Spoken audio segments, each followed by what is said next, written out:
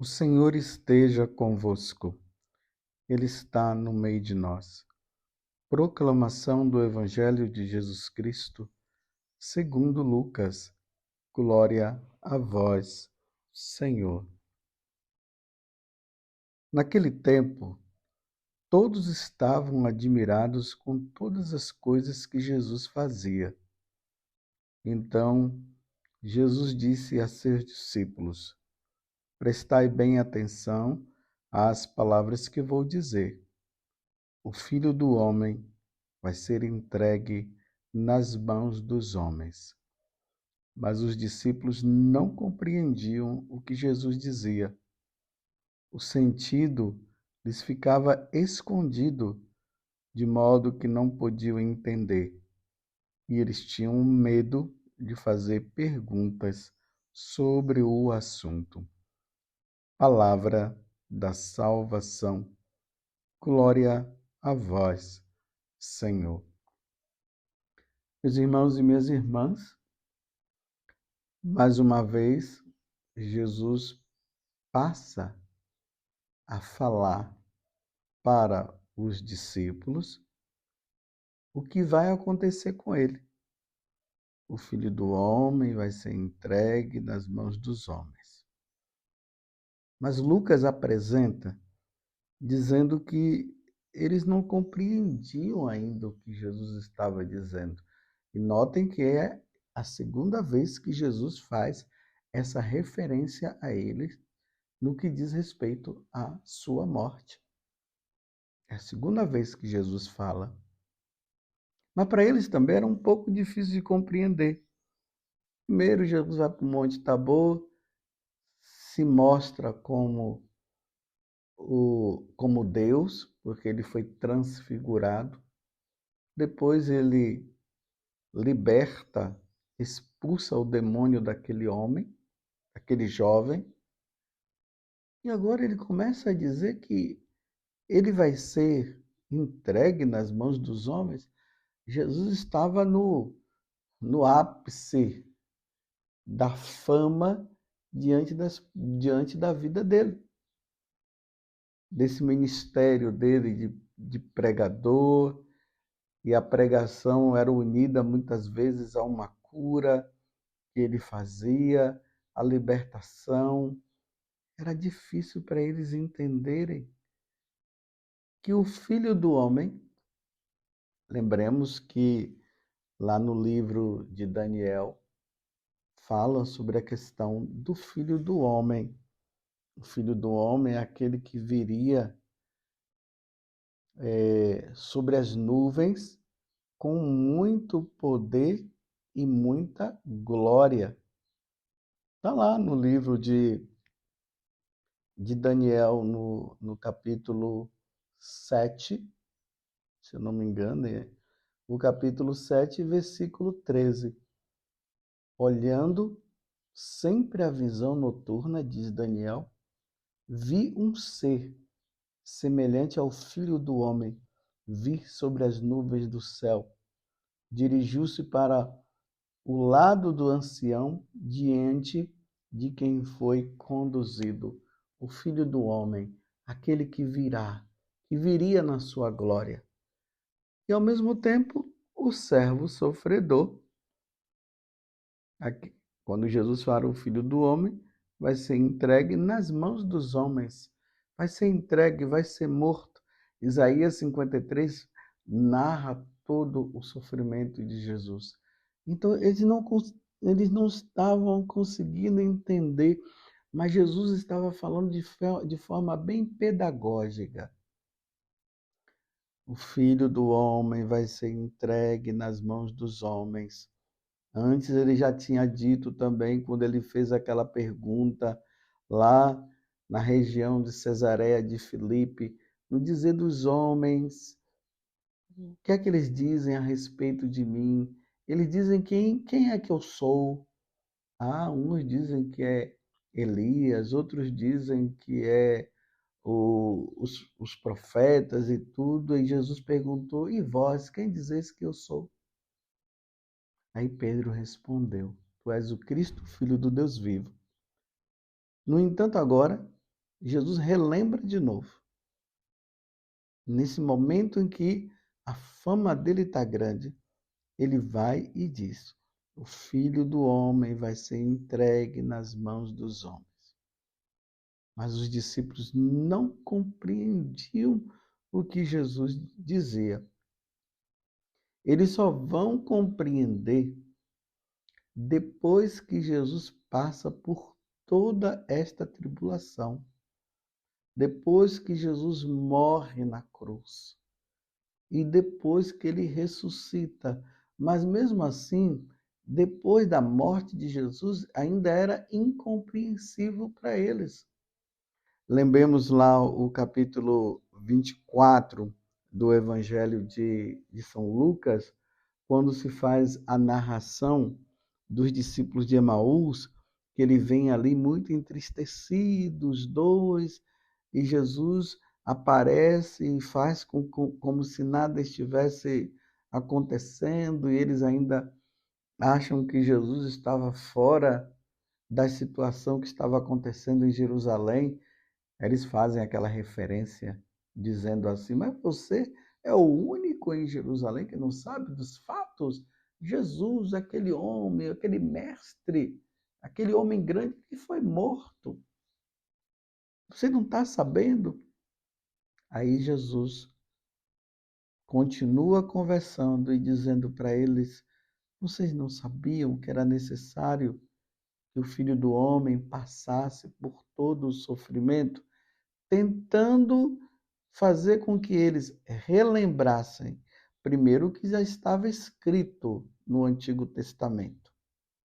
Uma das passagens referentes ao sofrimento de Jesus está em Isaías, no capítulo 53. E também referente ao que ele já havia falado. Então, quando Jesus fala o que nós acabamos de ouvir, prestai bem atenção às palavras que vou dizer: o Filho do Homem vai ser entregue nas mãos dos homens. Jesus estava falando para os discípulos. E os discípulos de Emaús, eles ouviram também.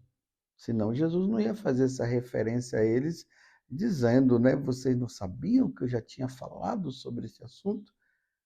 E aí, quando Jesus ele parte o pão, aí eles reconhecem e voltam para contar para os discípulos, ali para os apóstolos no caso. Aí, em seguida, se você continuar lendo, aí vocês vão ver que Jesus chega lá, aparece lá no cenáculo, e Jesus chama a atenção deles, dizendo: vocês não entenderam? E ali diz que Jesus abre o espírito deles, abre a inteligência, melhor dizendo, abre a inteligência deles para que eles pudessem compreender o que havia falado, que Jesus havia falado. O que é que nós podemos trazer para a nossa vida? Meus irmãos, existem situações na nossa vida que nós não vamos ter a inteira compreensão se Deus não revelar. Por si próprio, nós não vamos entender. E uma das coisas difíceis de nós compreendermos é a questão do sofrimento. Primeiro que ninguém quer sofrer. Ninguém quer sofrer. E quando nós estamos diante da situação do sofrimento, como é difícil a compreensão. É por isso que muitas vezes os ateus querem pegar os cristãos justamente nesta questão aqui. Ah, se Deus é bom, por que há sofrimento no mundo? Se Deus é Deus, por que tanta gente sofre? Por que isso e aquilo? Você vê também que vai ter aquele momento que quando Jesus revela, ou melhor, quando Pedro fala que Jesus é o Cristo, o Salvador, aí Jesus começa a falar dos sofrimentos, aí Pedro já entra dizendo: eu não vou permitir que isso aconteça não, com o Senhor não vou permitir. Aí Jesus diz, cala a boca, Satanás, porque a sua maneira de pensar não é como Deus pensa. Porque era necessário que o Filho do Homem sofresse. Se era necessário que o Filho do Homem sofresse, também, meus irmãos, é necessário que nós soframos. O sofrimento só não haverá no céu. No céu não haverá sofrimento. Mas neste mundo nós iremos nos deparar com os sofrimentos. Nós poderemos sofrer sem Deus, como poderemos sofrer com Deus, mas iremos passar pelos sofrimentos. No mundo havereis de passar por muitas provações, por muitos sofrimentos, disse Jesus, mas coragem, eu venci, ou seja, eu passei. E se Jesus passou, nós também iremos passar pelo sofrimento. Agora, o que é que o sofrimento causa em nós? Primeiro, o sofrimento está aí porque é consequência do pecado original. Se os nossos pais, Adão e Eva, não tivessem comido do fruto, não haveria sofrimento. Mas isso é uma consequência do pecado original. Então, nesse mundo, nós iremos passar por sofrimento. A segunda coisa que nós vamos tirar diante do sofrimento é: isso nos faz depender de Deus. O sofrimento nos faz ser humildes. O sofrimento nos faz entender que nós não conseguimos sair. Deus pode tirar no momento que Ele quiser e no momento que aprouver, que Ele achar melhor.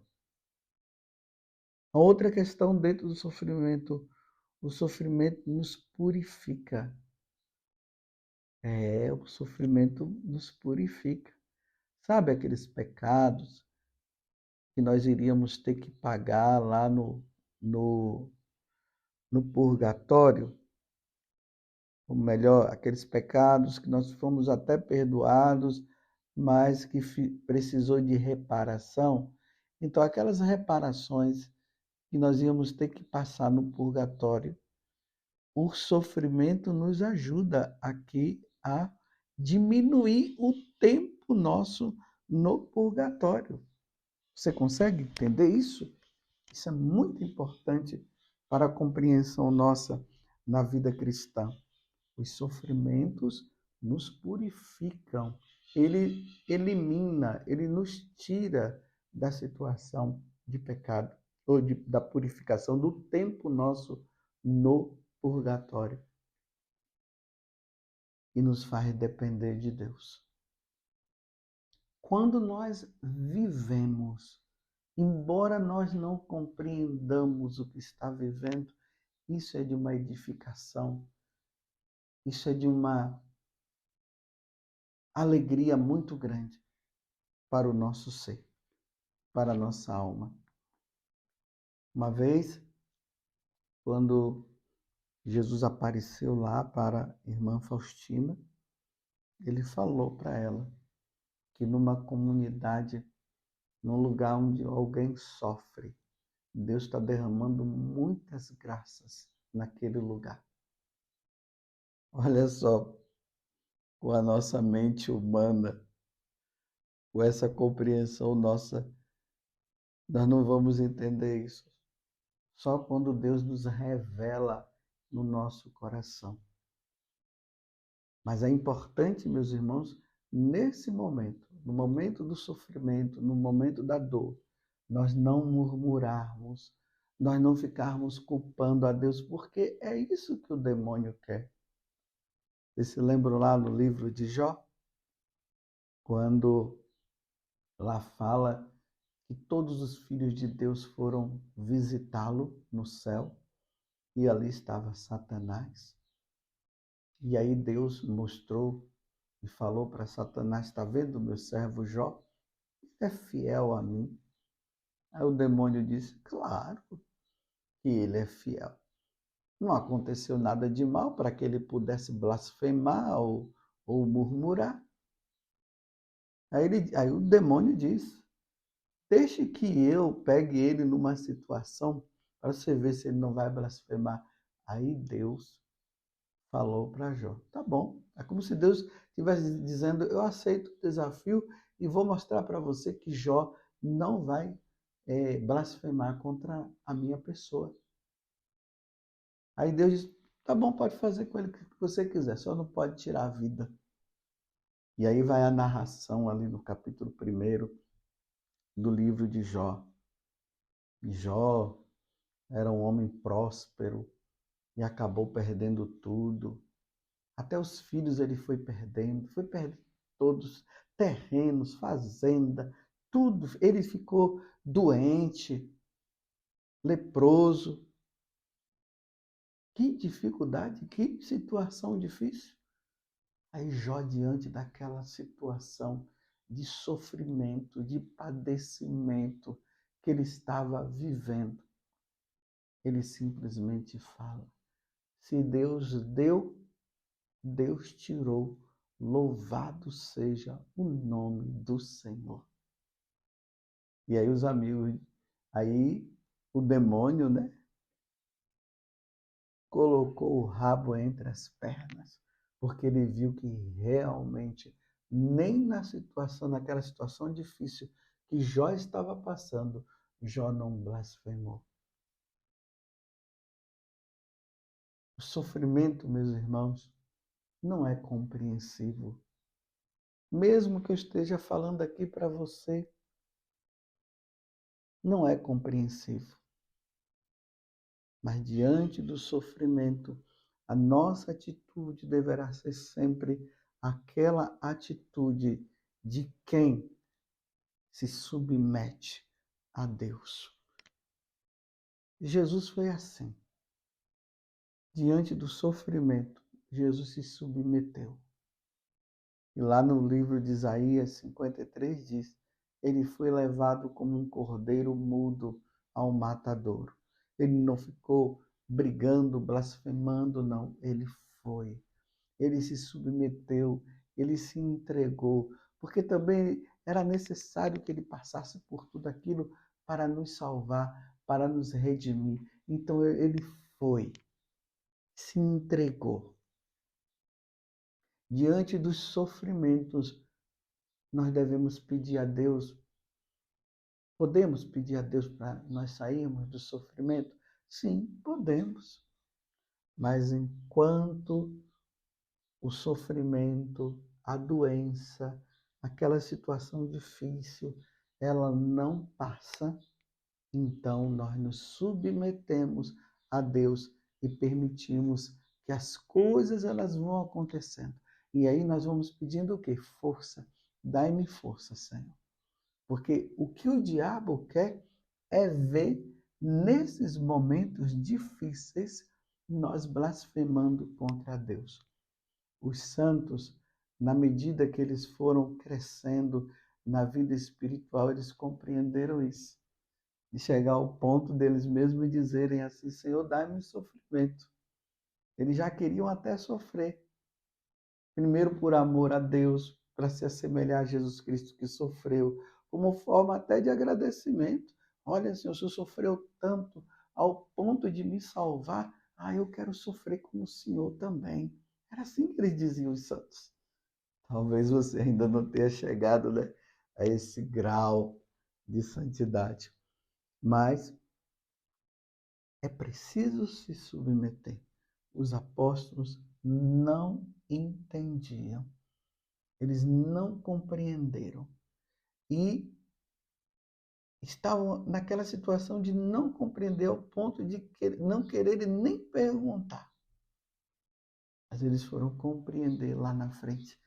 Muitas coisas, meus irmãos e minhas irmãs, nós só iremos compreender no momento certo, no momento que Deus quiser. Mas a nossa atitude deverá ser sempre a atitude de submissão. Precisamos nos submeter e permitir que as coisas vão acontecendo e jamais blasfemar contra o nosso Deus. Voltemos à passagem do Evangelho, onde, depois de Jesus ter falado tudo, os discípulos não compreenderam. O sentido lhes ficava escondido, de modo que não podiam entender. Eles tinham até medo de fazer perguntas sobre o assunto. Que Deus nos dê a graça da compreensão diante das situações adversas que nós vivemos. Mas enquanto nós não compreendermos, nos submeteremos a Deus. Que Deus nos dê força na nossa caminhada.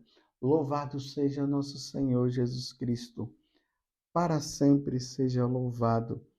E a nossa Mãe, Maria Santíssima.